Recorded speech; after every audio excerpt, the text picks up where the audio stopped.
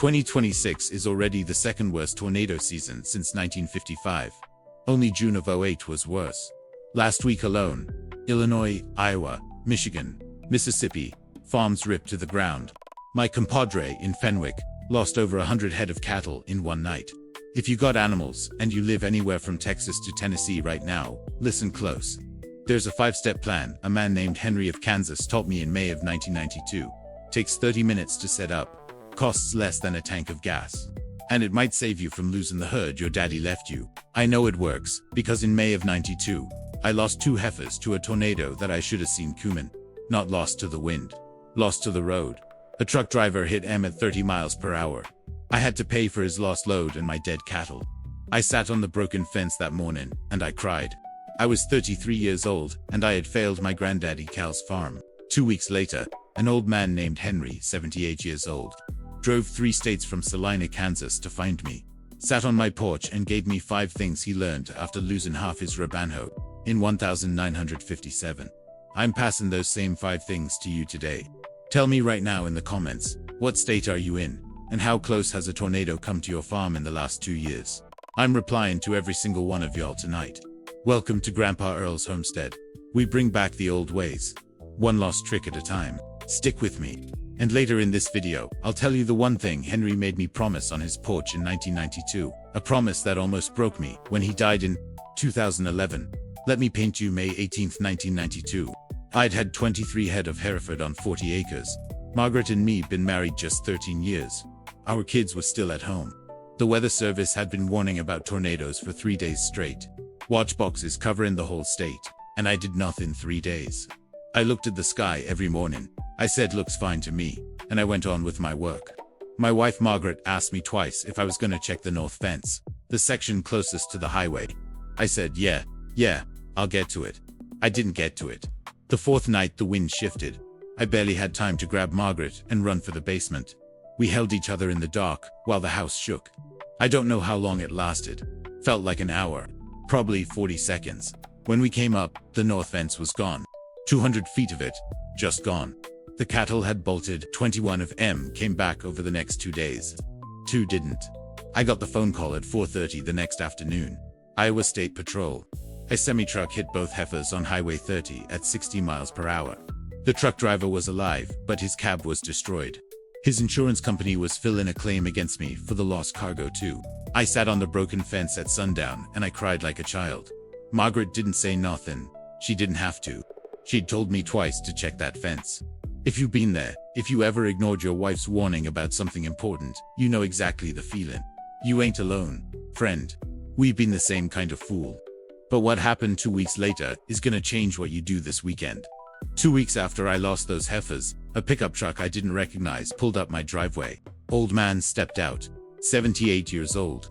White hair under a beat-up gray cowboy hat. Kansas license plates. He walked up to my porch like he'd known me his whole life. Stuck out his hand and said, "Earl Henderson, my name's Henry Carlson.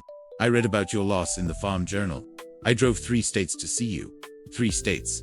800 miles. To find a man he'd never met." He sat on my porch. Margaret brought him a glass of sweet tea. He drank it slow. Then he said something I'll never forget. "Earl, in April of 1957, a tornado took half my herd. 41 head of Angus, gone in 70 seconds. My daddy was still alive then. He sat me down that night and gave me 5 things he'd learned from his own daddy. I've been using those 5 things for 35 years. I ain't lost a single animal to weather since. I'm 78, son. I figure I got maybe 10 years left if I'm lucky.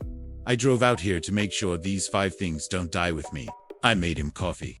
I got out my granddaddy's notebook from 1958 and a pencil. We sat at my kitchen table for 4 hours. Henry talked. I wrote. By sundown, I had every word on paper. Henry died in 2011. He made me promise one thing on my porch that morning, in 1992. I'm gonna tell you what it was at the end of this video. But first, I'm gonna give you exactly what Henry gave me. The same 5 things. The same words. Pass it on. You're gonna get knowledge today that took 3 generations of farmers to write down. Free. Right here. Before Henry's 5 steps, I gotta stop and tell you something I've been carrying. When Henry drove home to Kansas that evening in 1992, he turned around in my driveway and said one thing through his open window. "Earl, you're gonna pass this on someday. promise me?" I said, "Yeah." He said, "Say it out loud." I said, "I promise." He drove off. I waved till his truck disappeared. Then I sat on my porch for an hour, just thinking. It took me a long time to figure out how to pass it on. For 30 years, I told the story to anybody who'd listen at the feed store. I taught maybe a dozen neighbors face to face, but the knowledge stayed scattered. In my head, in old notebooks, in my grandmother Ruth's pantry drawer, in my granddaddy Cal's farm journals, in the back of Henry's pickup when he died. Margaret and me decided last year to finally do what Henry asked.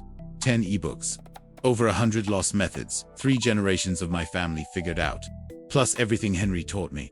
Plus everything the old-timers around here shared with me over 50 years of farming. There's a whole section on tornado prep, storm shelters, livestock release plans, fence reinforcement, backup power, after-storm protocols. Everything Henry taught me, written down so I don't die when I do. There's also a section on turning your land into income. My neighbor Frank clears $5,000 a month off 5 acres using the roadmap. Farmers market, beef, eggs, herbs, heirloom seed. Most folks who use the bundles save around $10,000 a year on feed, fuel, repairs, vet bills. Exactly this kind of storm damage cost we're talking about today. The link's right below this video, right under the subscribe button. Don't let what Henry gave me die with you either. Now, stay with me. Step 1 is cumin next. Henry's Step 1. The cattle release plan. Here's what nobody tells you. Cattle have an instinct.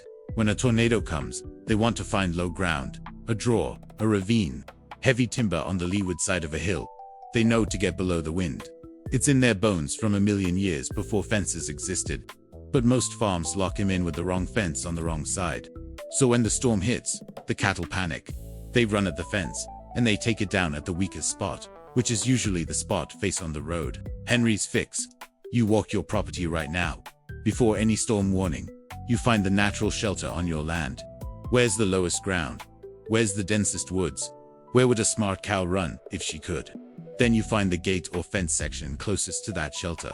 You paint that gate blue, full blue, both posts and the latch. That's your evacuation gate. Henry painted his blue, cause his daddy painted his blue. The color don't matter, but picking one color and sticking to it means, in panic, you don't think. You see blue and you know, when a tornado warning hits, not a watch, a warning. You've got 30 minutes maybe. You walk to that blue gate. You open it. You leave it open. The cattle find their way to the shelter on their own. After the storm passes, that gate is the first one you close again. And here's the magic. When you've trained your eye to know where the cattle would run, you know where to find them fast. No 4-hour search. No animals lost to the highway. You just learned something 80% of cattlemen in this country don't know. Costs you nothing but a can of blue paint and 1 hour walk in your land this weekend. Step 2. Temporary ID. Now I know what some of y'all are thinking. Earl, I got ear tags. I got microchips. I'm fine. Listen to me, close. In April of 26 outside Fenwick, Michigan, a tornado hit a dairy operation. 112 head of cattle escaped. 48 ear tags was found in the debris field next morning. The wind ripped them right out. Microchips work great if you can catch the animal and run a scanner. They do you no good when your cow's 3 miles down the road and the neighbor's trying to figure out whose she is. Henry's fix. Livestock paint stick. $8 at Tractor Supply. Comes in colors red, yellow, blue, orange. Non-toxic, won't hurt the animal. Lasts about 3 weeks. When a tornado warning goes up, you do TWO marks on every animal. One on the top of the head between the ears. One on the flank, the side of the cow. Make them big. 6 inches across. Your initial plus a number. I use yellow paint, capital E. Then a number 1 through 23. Why this matters? After a tornado, you can spot your cow from 200 yards away. The neighbor picking her up off Highway 30 sees the big yellow E and knows to call you. The state patrol officer sees it through binoculars. You ain't fighting with anybody about whose animal that is. In 2019, a small twister hit my place. Knocked down 100 feet of fence. 14 of my 15 cattle went to the neighbor's pasture. By noon next day, every one of them was home. Because every neighbor for 5 miles knew that big yellow E was Earl Henderson's mark. Cost me $8. Saved me 3 days of searching and $20,000 of cattle. That's 2 things you know, now that most folks don't. Step 3, and this is the one nobody talks about. This one might save your life, not just your animals. Look up at your barn roof right now. If it's corrugated metal, screwed down to wooden trusses, and that's most barns in this country, you've got a problem. In a tornado, that metal don't just blow off. It tears off in sheets. 2-foot-by-8-foot sheets of sharp-edged steel, flying at 60 to 90 miles per hour. The National Weather Service does storm surveys after every tornado. They've been finding those sheets a quarter mile from the barn they came from. They've been finding M stuck 3 inches into wood. They cut cattle in half. Henry's fix. And this is gonna sound crazy. Take down the metal, or at least, take down a section of it. Replace it with heavy-duty top. 16-ounce vinyl, not the flimsy stuff. Attach the top with quick-release strap buckles. You can find at any boat supply store. $20 for 4. When the wind hits, the top releases, it flies away. It does not become a blade. You lose your roof for 2 weeks while you replace it. Cost of conversion somewhere between $400 and $1,200 depending on barn size. But you don't lose your animals. You don't lose your neighbor's animals downwind. You don't lose your own family if they're outside. I won't lie to you, friend. This step is the hardest one. Took me 3 years after Henry's visit to actually do it. I procrastinated because it felt like overkill. Then in 2003, a tornado hit the Wilson farm 8 miles north. Their metal roof took out their bull and the neighbor's fence half a mile away. That night I went home and Margaret said, "Earl, you're doing the roof next weekend or I'm leaving you for a man who listens." I did it the next weekend. Step 4. The 2-generator rule. Here's the thing, nobody tells you about a tornado. The wind ain't the part that kills your animals. The aftermath does. You lose power. The well pump stops. Your cattle can't drink. In a normal summer week with no rain, an adult cow needs 20 gallons of water per day.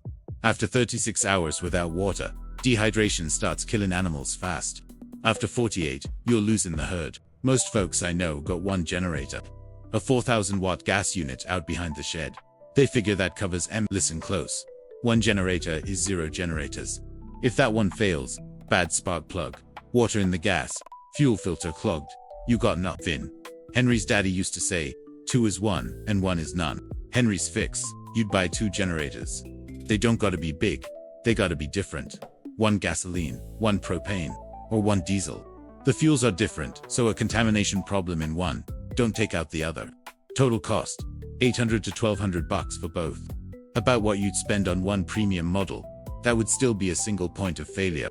You keep M both in a dry, ventilated shed. You start M both once a month. You change the oil yearly. Fuel doesn't sit longer than 3 months. Rotate it through your truck. Priority order when the power goes out. Well pump first. Always first. Without water, animals die in 48 hours. Refrigeration, second. If you got milk or eggs or anything temperature sensitive, house lights and charging phones last. I lost a generator in a freak failure during a thunderstorm in 2007. I was real grateful Henry had told me to buy 2. Cattle drank cool well water that night, while my neighbor was hauling 5-gallon buckets from a pond in the dark. That's 4 steps you got now. Step 5. What you do after the storm passes. Most folks make the same mistake. Tornado passes, they run to the house first to check the family. Then they call the vet about the animals. Then they look at the fence way later. Henry's order is exactly the opposite. Fence first. Always. The minute the wind dies and it's safe to walk, you walk every section of fence on your property. Where there's a gap, you patch it with whatever you got. Baling wire, plywood, T-posts. Don't worry about pretty. Worry about closed. Because here's the thing folks don't realize. In many states, especially Texas, Oklahoma, Kansas, if your animal gets loose on a public road and causes an accident, you pay for it. The truck, the cargo, the injuries. In Texas, it can be hundreds of thousands of dollars. Civil liability. So the order is 1. Walk every fence and close every gap within the first hour. After the wind dies. 2. Take photos of everything that's damaged, with timestamps, before you start cleaning up. The insurance company needs evidence, and the longer you wait, the more they can challenge your claim. 3. Then check on animals. Count heads. Look for injuries. 4. Then vet calls. 5. House and family last. After you confirmed everybody's safe, which you usually already know by then. One more thing. If you find a neighbor's animal on your property, do not take it back to your barn. In many states, that's considered theft of livestock, even if you was being helpful. You call the neighbor, you leave the animal where it is, or you confine it to a marked temporary pen, and immediately contact the owner. Get it in writing. Henry warned me about this in '92, and a friend of mine got sued in 2008 for exactly this mistake. Tell me in the comments, which of these 5 steps surprised you most? I read every single one tonight. Henry died in March of 2011. I drove 3 states for his funeral. Same 800 miles he drove for me in '92. After the service, his daughter handed me a small wooden box. She said, "Daddy left this for you with a note." Inside was a livestock paint stick used, yellow, worn down to about an inch. The note said, "Earl, you got this far. Don't stop, pass it on. H. That paint stick sits on my kitchen shelf today.